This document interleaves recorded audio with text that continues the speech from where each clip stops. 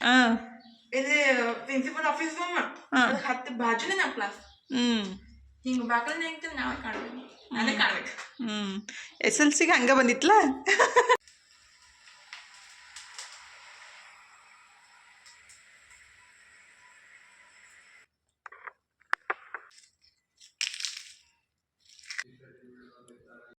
ನಮಸ್ಕಾರ ಎಲ್ಲರಿಗೂ, ಬೆಳಗಿನ ಶುಭೋದಯ ರೀ. ಎಲ್ಲರೂ ಹೆಂಗದಿರಿ? ಆರಾಮದಿರೇನು? ನಾವು ಆರಾಮದೀವಿ ನೋಡ್ರಿ. ನೀವು ಎಲ್ಲರೂ ಆರಾಮದ್ರಿ ಅಂತೇಳಿ ಭಾವಿಸ್ತಾ ಇವತ್ತಿನ ಲಾಗ್ನ ಸ್ಟಾರ್ಟ್ ಮಾಡೋದು. ಬರೀ ಇವತ್ತು ಶನಿವಾರ, ಡೇಟ್ 28 ನೋಡ್ರಿ. ಇವತ್ತು ಸೆಕೆಂಡ್ PUC ಎಕ್ಸಾಮ್ ಅದಾವು, ಹಂಗಾಗಿ ಜಲ್ದಿ ಹೇಳ್ಬೇಕಂತ ನಾನು ಅಂದ್ಕೊಂಡಿದ್ದೆ. ಆದರೆ ಹೇಳೋದು ಲೇಟನ ಐತ್ರಿ. 6 ಗಂಟೆಗೆ ಎದ್ದು ಫಸ್ಟಿಗೆ ಕೈಕಾಲು ಮುಖ ತಕ್ಕೊಂಡು ಈಗಿದ್ರೆ ಒಂದು ಗ್ಲಾಸ್ ನೀರನ್ನು ಬಿಸಿ ಮಾಡ್ಕೊಂಡು ಕುಡಿದ್ರೆ ಆಯ್ತಂತ ತನೂ ಎದ್ದಿದ್ಲ, ಓದ್ಕೋತ ಕುಂತಿದ್ಲು. ಆಕೆಗೂ ಸ್ವಲ್ಪ ಬಿಸಿನೀರು ಕೊಟ್ಟು ನಾನು ಬಿಸಿನೀರು ಕುಡಿದ್ಬಿಟ್ಟು ನೆಕ್ಸ್ಟ್ ಕೆಲಸ ಸ್ಟಾರ್ಟ್ ಮಾಡ್ಬೇಕಂತ ಇವತ್ತು ಬಿಸಿನೀರಿಗೆ ಸ್ವಲ್ಪ ಚಿಯಾ ಸೀಡ್ಸನ್ನು ನೆನೆಸಿ ಇಟ್ಟಿದ್ದೆ ರೀ. ನಿನ್ನೆ ರಾತ್ರಿನೇ ಅದನ್ನೇ ಹಾಕಿಬಿಟ್ಟು ನೀರು ಕುಡಿದು ಎಲ್ಲ ಕೆಲಸ ಮುಗಿಸ್ಬಿಟ್ಟು ಜಳಕ ಮಾಡಿ ದೇವ್ರಿಗೆ ನಮಸ್ಕಾರ ಮಾಡಿಕೊಂಡು ಇವತ್ತು ನಾಷ್ಟಕ್ಕಿದ್ರೆ ಶಾವಿಗೆ ಉಪ್ಪಿಟ್ಟು ರೆಡಿ ಮಾಡಾಕಂತೀನಿ ನೋಡ್ರಿ. ತನೂ ಕೇಳಿದೆ ಏನು ಮಾಡ್ಲಮ್ಮ ನಾಷ್ಟಕ್ಕಂತ.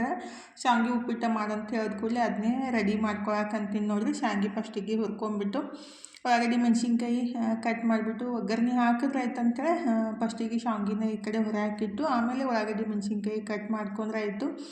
ಬೆಳಗ್ಗೆ ಎದ್ದು ಕೂಡಲೇ ಅದೊಂದು ತಲೆ ಬಿಸಿ ಆಗ್ಬಿಟ್ಟಿರ್ತೈತಿ, ಏನು ನಾಷ್ಟಕ್ಕೆ ಮಾಡೋದಂತೇಳಿ. ಆ್ಯಕ್ಚುಲಿ ಪುರಿ ಮಾಡ್ಬೇಕಂತ ಅಂದ್ಕೊಂಡಿದ್ದೆ, ತನು ಇದ್ರೆ ಬೇಡ ಅಂತ ಅಲ್ಲೋ, ಅದಕ್ಕಾಗಿ ಈಗಿದ್ರೆ ಶಾವಿಗೆ ಉಪ್ಪಿಟ್ಟು ರೆಡಿ ಮಾಡಾಕಂತೀನಿ ನೋಡ್ರಿ. ಈ ಕಡೆ ಶಾವಿಗೆನ ಹೊರ ಹಾಕಿಟ್ಟು ಉಳ್ಳಾಗಡ್ಡಿ ಮೆಣಸಿನ್ಕಾಯಿ ಎಲ್ಲ ಕಟ್ ಮಾಡಿಕೊಂಡು ಉಪ್ಪಿಟ್ಟು ಒಗ್ಗರಣೆ ಹಾಕಿಬಿಟ್ಟು, ಅಂದರೆ ಬಿಸಿನೀರು ಹಾಕಿಬಿಟ್ರೆ ಜಲ್ದಿ ಆಗುತ್ತೆ ರೀ.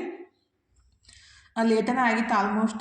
ನಾನು ಈ ಕಡೆ ಉಪ್ಪಿಟ್ಟು ರೆಡಿ ಮಾಡ್ತಾಯಿದ್ದೆ, ತನು ಇದ್ರೆ ಜಳಕ ಮುಗಿಸಿ ದೇವ್ರಿಗೆ ನಮಸ್ಕಾರ ಮಾಡಾಕಂತ ನೋಡ್ರಿ. ಎಕ್ಸಾಮ್ ಇದ್ಬಿಟ್ರೆ ಮಕ್ಳಿಗೆ ಒಂಥರ ಏನೋ ಟೆನ್ಷನ್ ಅಂತ ಅನ್ನಿಸ್ತಾ ಇರ್ತೈತಿ, ಆದ್ರೂ ಕೂಲಾಗಿರಂತೆ ನಾನು ಹೇಳ್ತಾ ಇದ್ದೆ. ಎಬ್ಬಿಸಿ ಸ್ವಲ್ಪ ಓದಿದ್ಲು, ಆಮೇಲೆ ಜಳಕ ಮುಗಿಸಿ ದೇವ್ರಿಗೆ ನಮಸ್ಕಾರ ಮಾಡಾಕತ್ತಿದ್ಲು. ನಾನು ಈ ಕಡೆ ಉಪ್ಪಿಟ್ಟು ರೆಡಿ ಮಾಡಿಬಿಟ್ಟು ಉಪ್ಪಿಟ್ಟು ಹಾಕಿಕೊಟ್ಟು ಎಲ್ಲರಿಗೆ ಹಾಕಿಕೊಟ್ಟು ನಾಷ್ಟ ಎಲ್ಲ ಮುಗಿಸ್ತೀವಿ ರೀ. ಅಂದರೆ 9 ಗಂಟೆಗೆ ಕಾಲೇಜ್ಗೆ ಹೋಗ್ಬೇಕಂತ ಅಂದ್ಕೊಂಡಿದ್ಲ. ಅಂದ್ರೆ ಇನ್ನೂ ಸ್ವಲ್ಪ ಟೈಮ್ ಇತ್ತಂದ್ರೆ 10 ಗಂಟೆಗೆ ಚಲೋ ಹೋಗುತ್ತಲ್ಲ ರೀ ಎಕ್ಸಾಮ. ಅದಕ್ಕಾಗಿ ಇನ್ನೊಂದು 10-20 ನಿಮಿಷ ಅಂದರೆ ಜಲ್ದಿನೇ 8:30ಗೆ ನಾಷ್ಟ ಎಲ್ಲ ಮುಗಿಸ್ತೀವಿ.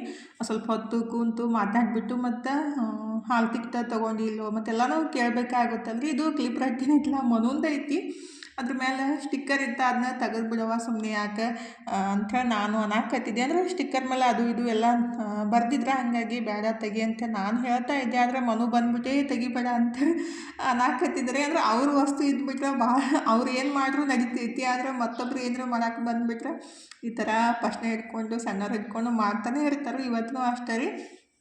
ತನ್ನೊಂದು ಕ್ಲಿಪ್ ರೈಟ್ ತೆಗಿತ್ತು, ಎಲ್ಲಿ ಮಿಸ್ ಆಗೈತೇನೋ ಕಾದೈತೆ ಅಂತ. ಹಾಗಾಗಿ ಮನೊಂದು ಕಡೆ ಇತ್ತ, ಮೊನ್ನೆ NCCಗೆ ಹೋದಾಗ ಕೊಟ್ಟಿದ್ದು ಅದನ್ನೇ ಕೊಟ್ಟಿದ್ದ, ಹಾಗಾಗಿ ತೆಗಿಬೇಡ ಅಂತ ಅನ್ನಕತ್ತಿದ್ದ. ಅವ್ನು ಬಂದು ತೆಗೆದುಕೊಳ್ಳೆ ಇನ್ನೊಂದು ಸ್ವಲ್ಪ ಇತ್ತು, ಅದನ್ನೂ ತೆಗೆದ್ಬಿಡಮ್ಮ ಯಾಕೆ ಸುಮ್ಮನೆ ಅಂತ ಅಂದ್ಬಿಟ್ಟು ಎಲ್ಲ ತೆಗಿಸಿ ಸ್ವಲ್ಪ ಪೆನ್ ಅದು ತೊಗೋ ಇನ್ನಷ್ಟು ಅಂತ ಹೇಳಾಕತ್ತಿದ್ದೆ. ರೊಕ್ಕ ಕೊಟ್ಕೊಳ್ಳಿ ಎಲ್ಲಿ ಇಟ್ಕೊಳ್ಳಿ ಮಮ್ಮಿ ಅಂತ ಅನ್ನಕತ್ತಿದ್ಲು. ಅಂದ್ರೆ ಕಂಪಾಸ್ ಪೌಂಚಿ ಏನಾರು ತೊಗೊಂಡು ಹೋಗಂದ್ರೆ ಇಲ್ಲ ಅಂತ, ಬೇಡ ಅಂತ. ಹಾಗಾಗಿ ಅದು ಎಲ್ಲಿ ಇಟ್ಕೊಳಕಂತ ರೊಕ್ಕ ಅದು ಇದು ಐಡೆಂಟಿ ಕಾರ್ಡ್ ಇರುತ್ತಲ್ಲ ರೀ, ಅದ್ರೊಳಗನೆ ರೊಕ್ಕ ಹಾಕಿ ಇಟ್ಬಿಟ್ಲು. ಅಂದರೆ ಈ ಪ್ಯಾಂಟಿಗೆ ಕಿಶಾನು ಇರೋಂಗಿಲ್ಲಲ್ಲ, ಹಾಗಾಗಿ ಕೊಟ್ಟು ನಮಸ್ಕಾರ ಮಾಡಿಕೊಂಡು ಈಗ ಫೈನಲಿ 9 ಗಂಟೆ ಆಗಿತ್ತು ರೀ. ನಮ್ಮ ಮನೆಯವರು ಬಿಟ್ಟು ಬರೋಕೆ ಹೊಂಟಿದ್ರು. ನನಗೂ ಒಂಥರ ಟೆನ್ಷನ್ ಅಂತ ಅನ್ನಿಸ್ತಾ ಇರ್ತೈತೆ ರೀ. ಮಕ್ಕಳು ಹೋಗಿ ಎಕ್ಸಾಮ್ ಬರೋ ಮಟ್ಟ ಒಂಥರ ಸಮಾಧಾನ ಇರೋಂಗಿಲ್ಲ. ಆದ್ರೂ ಅವ್ರಿಗೆ ಧೈರ್ಯ ಹೇಳಿಬಿಟ್ಟು ಕಳಿಸೋದು ಅಂದರೆ ಎಲ್ಲ ತಾಯಿ ತಂದಿಗೆ ಅದೇ ಥರ ಅನ್ನಿಸ್ತಾ ಇರ್ತೈತೆ ರೀ. ನನಗೂ ಅಷ್ಟೇ, ನನಗೇನು ಸ್ಪೆಷಲಾಗಿ ಅನ್ನಿಸ್ತಾ ಇತ್ತಲ್ಲ. ಅಂದರೆ ಕೆಲವೊಬ್ರಂತೂ ಎಕ್ಸಾಮ್ ಹಾಲ್ ತನಕ ಹೋಗಿ ಹೇಳಿ ಮಾಡಿ ಬರ್ತಾರೋ. ಆದರೆ ನಾನೇನು ಹೋಗಂಗಿಲ್ಲ ರೀ, ಯಾವಾಗೂ ಹೋಗಿಲ್ಲ. ಮನಗೂ ಎಕ್ಸಾಮ್ ಇದ್ದಾಗ ಹೋಗಿಲ್ಲ, ನಮ್ಮ ಮನೆಯವರೇ ಬಿಟ್ಟು ಬರ್ತಾರೆ. ಕೆಲವೊಂದು ಸಲ ಅವ್ರು ಕೆಲ್ಸಕ್ಕೆ ಹೋದಾಗ ಅವರೇ ಬರಾಮದಾಗ ಆಟೋಕ್ಕೆ ಬಂದುಬಿಟ್ಟು ಈ ಕಡೆ ನಡ್ಕೊತ ಬರ್ತಾರೆ.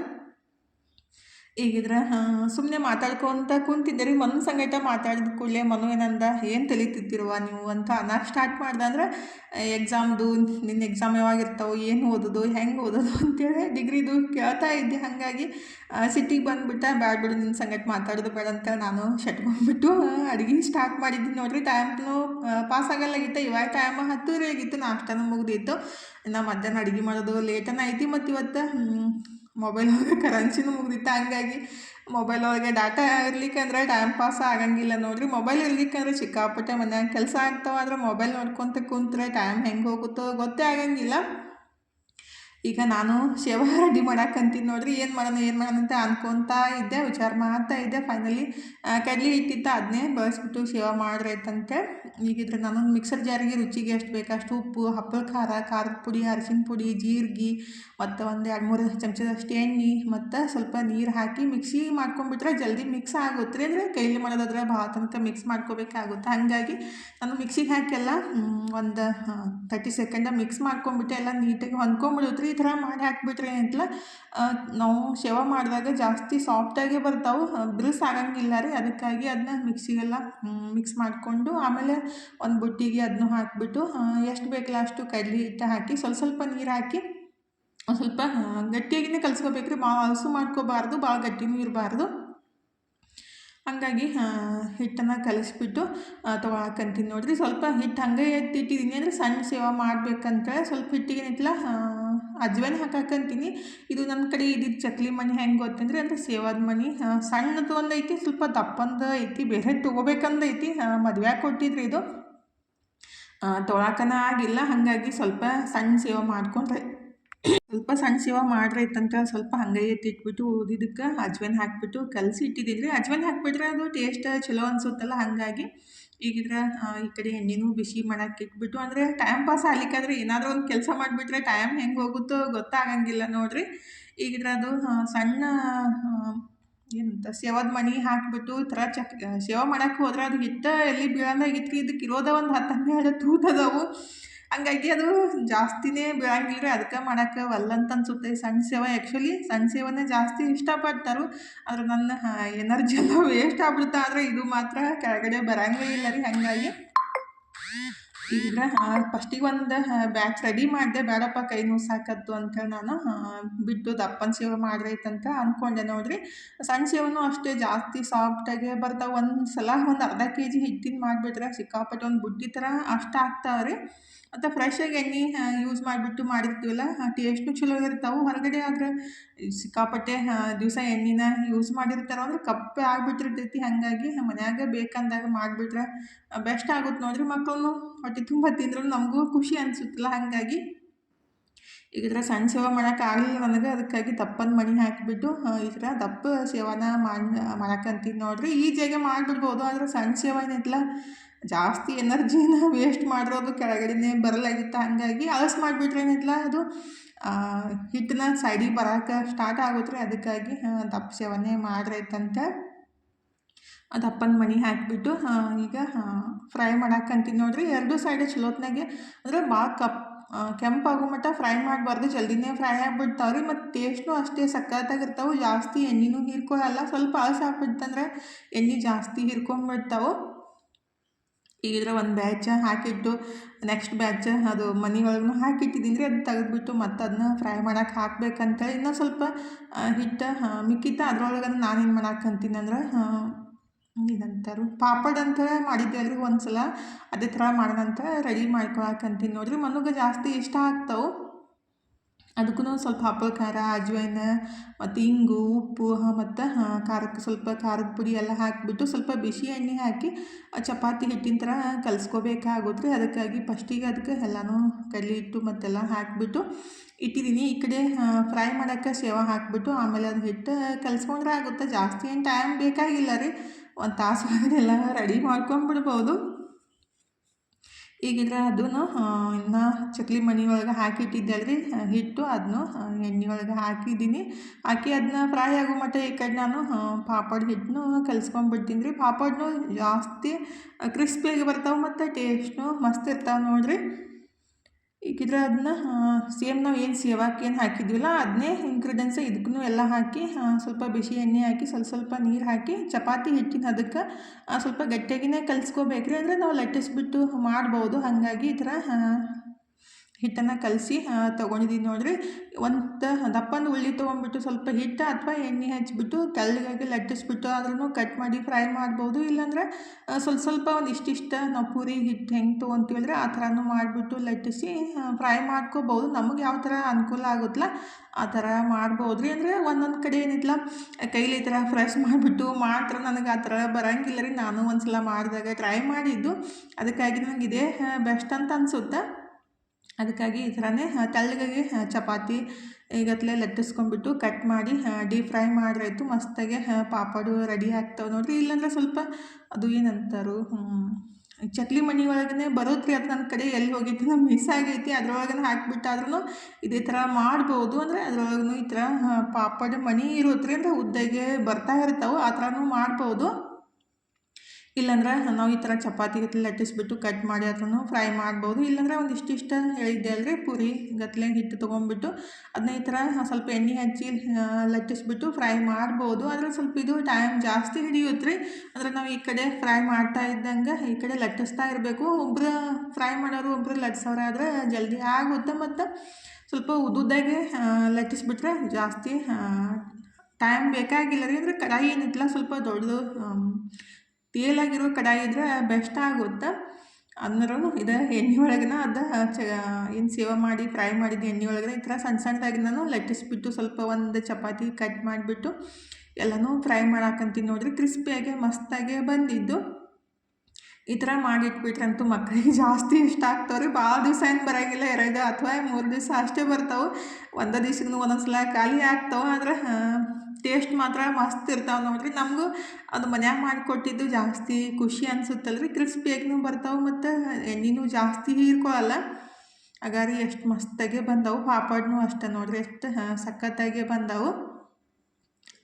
ಈ ಥರ ಮಾಡಿಟ್ಬಿಟ್ಟು ಮಕ್ಳಿಗೆ ಕೊಟ್ರಂತೂ ಜಾಸ್ತಿ ಖುಷಿ ಆಗುತ್ತೆ. ತಿನ್ನಕ್ಕೆ ಏನಾರು ಬೇಕಂತ ಮಕ್ಕಳಂತೂ ಮನ್ಯಾಗ ಇದ್ಬಿಟ್ರೆ ಕೇಳ್ತಾನೆ ಇರ್ತಾರೆ.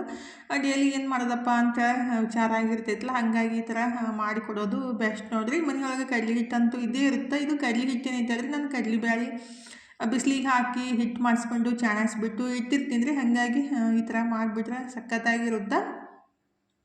ಈಗಿದ್ರೆ ನಾನು ಎಲ್ಲ ರೆಡಿ ಮಾಡಿ ಡಬ್ಬಿಗೆ ಹಾಕಿಡಾಕಂತೀನಿ ನೋಡಿರಿ. ಎಣ್ಣೆನೂ ಜಾಸ್ತಿ ಏನು ಹೀರ್ಕೊಂಡಿಲ್ಲ. ಹಾಗಾದ್ರೆ ಎಷ್ಟು ಮಸ್ತಾಗಿ ಬಂದವು. ತಿಂತಾಯಿದ್ರೆ ಹಂಗೆ ತಿಂತಾನೆ ಇರ್ಬೇಕು ಅನ್ಸುತ್ತೆ, ಅಷ್ಟು ಕ್ರಿಸ್ಪಿಯಾಗೆ ಟೇಸ್ಟಾಗೆ ಬಂದಿದ್ದು.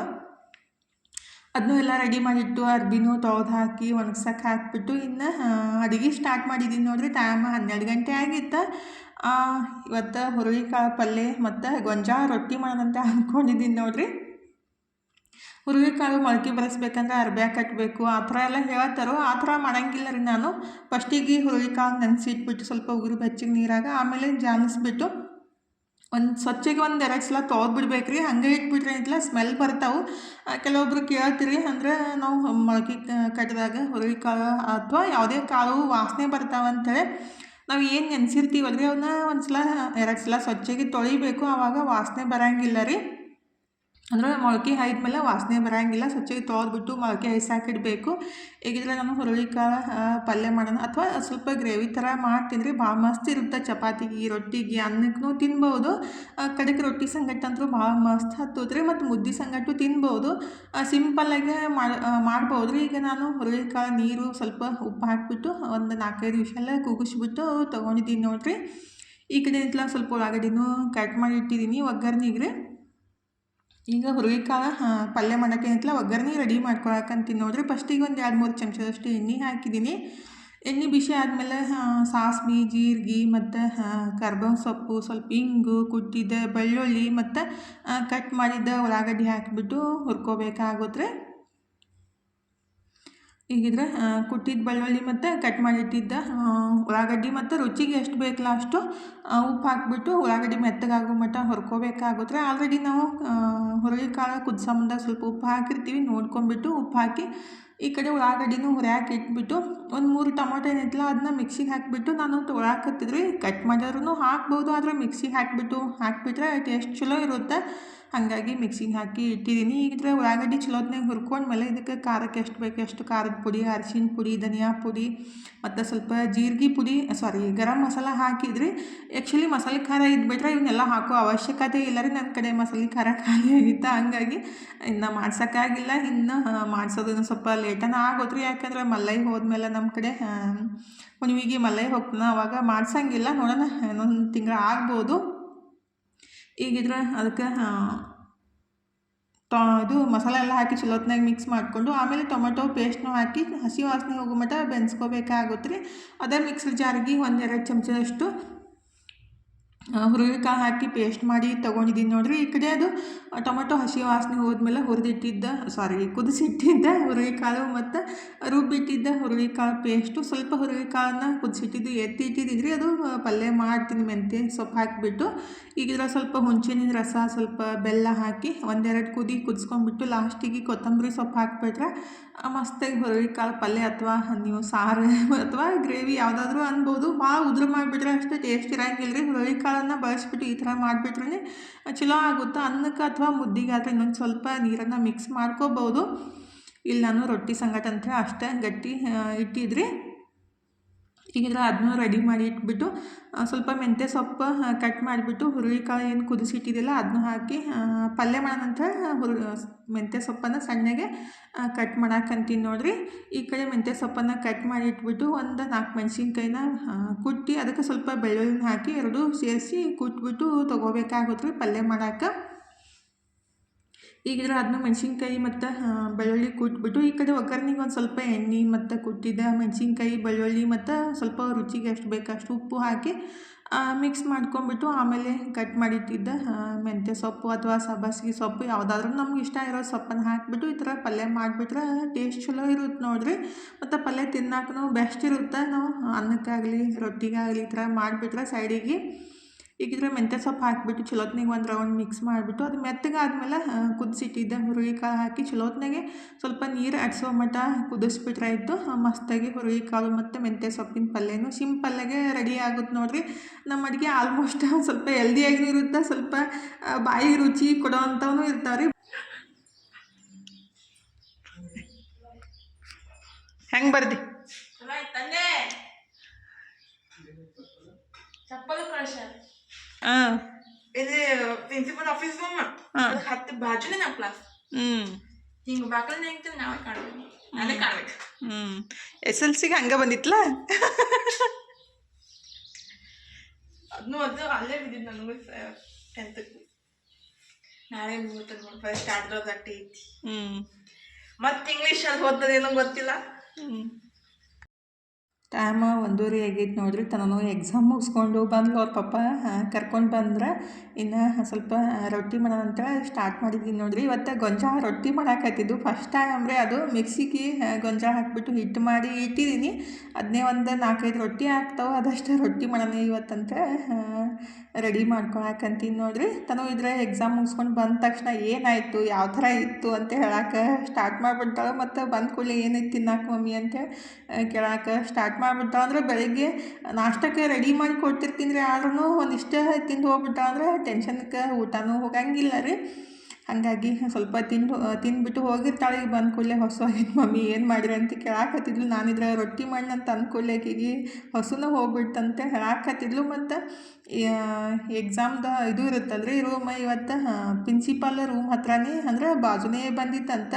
ಬಾಗಿಲ ತೆಗೆದ ತಕ್ಷಣ ಅವರೇ ಕಾಣಿಸ್ತಾರೆ ಮಮ್ಮಿ. ಮತ್ತು ಎಕ್ಸಾಮ್ ಇದ್ದಾಗ ಬರ್ತಾರಲ್ರಿ ವಿಸಿಟಿಗೆ, ಎಲ್ಲರೂ ಬಂದವರೆಲ್ಲ ಕೆಳಗಡೆ ಸ್ಟಾಫ್ ರೂಮ್ ಹತ್ರ ಇದ್ದಲ್ಲೇ ಬಂದುಬಿಟ್ಟು ವಿಸಿಟ್ ಮಾಡಿ ಹೋಗ್ತಾರೆ. 2-3 ಫ್ಲೋರ್ ಇದ್ದಲ್ಲಿ ಮ್ಯಾಲೆ ಹತ್ತಿ ಹೋಗಂಗಿಲ್ಲ. ಹಾಗಾಗಿ ಜಾಸ್ತಿನೇ ಭಯ ಹಾಕತ್ತಿತ್ತು ಮಮ್ಮಿ ಅವ್ರು ಬಂದಾಗೆಲ್ಲ ಅಂತ ಅನ್ನಾಕತ್ತಿದ್ಲು. ಭಯ ಯಾಕೆ ಪಡ್ಬೇಕವ, ಸುಮ್ಮನೆ ಪಾಡಿ ನೀನು ಬರ್ಕೋತ ಕುಂದ್ರಬೇಕಿಲ್ಲ ಅಂತ ನಾನು ಅನ್ನಾಕತ್ತಿದ್ದೆ.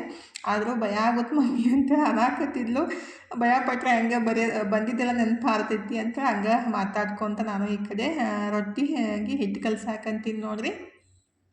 ಅಂದರೆ ಫಸ್ಟ್ 10th ಬೋರ್ಡ್ ಎಕ್ಸಾಮ್ ಬರ್ದಿರ್ತಾರೋ, ಆದರೂ ಸ್ವಲ್ಪ ಕೆಳಗಡೆ ಯಾರೇ ಪ್ರಿನ್ಸಿಪಾಲ ಮತ್ತು ಯಾರೇ ಬಂದಾಗ ಸ್ವಲ್ಪ ಭಯ ಆಗ್ತಿರ್ತೈತೆ ರೀ.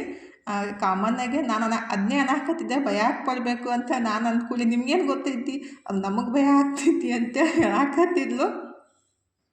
ಈ ಕಡೆ ನಾನು ಗೊಂಜಾಳ ರೊಟ್ಟಿ ಮಾಡಾಕ್ರಿ ಅದನ್ನ ಹಿಟ್ಟನ್ನು ಚಾನ್ಸ್ಕೊಂಡ್ಬಿಟ್ಟು, ಅಂದರೆ ಮೆಕ್ಕೆಜೋಳ ಅಂತಾರೋ ಅದನ್ನ ಮಿಕ್ಸಿಗೆ ಹಾಕಿಬಿಟ್ಟು ಹಿಟ್ಟು ಚಾನ್ಸ್ಕೊಂಡು ತೊಗೊಳಕಂತೀನಿ ನೋಡಿರಿ. ಸ್ವಲ್ಪ ಇದ್ವು, ವೇಸ್ಟ್ ಮಾಡೋಕ್ಕಿಂತ ಈ ಥರ ರೊಟ್ಟಿ ಮಾಡಿಬಿಟ್ರೆ ಆಗುತ್ತಂದ್ರೆ ನಾವು ಗಿರ್ನಿಗೆ ಹಿಟ್ಟು ಮಾಡಿಸ್ಕೊಂಬಂದ್ಬಿಟ್ರೆ ಅದು ಹಿಟ್ಟು ಸಣ್ಣ ಇರ್ತೈತೆ ರೀ. ಅಂದರೆ ಮಿಕ್ಸಿಗೆ ಹಾಕಿದ್ದು ಸ್ವಲ್ಪ ತರಿಯಾಗಿರ್ತೈತಲ್ಲ, ಹಾಗಾಗಿ ಕೆಲವೊಂದು ರಾಜ್ಯ ಒಳಗೆ ಈ ಥರ ಮೆಕ್ಕೆಜೋಳ ರೊಟ್ಟಿ ಅಂದರೆ ಮಕ್ಕಿಕಾಯಿ ರೊಟ್ಟಿ ಅಂತ ಮಾಡಿಬಿಟ್ಟು ತಿಂತಾರೆ. ಹಾಗಾಗಿ ಮತ್ತು ಆರೋಗ್ಯಕ್ಕೂ ಒಳ್ಳೇದು ರೀ.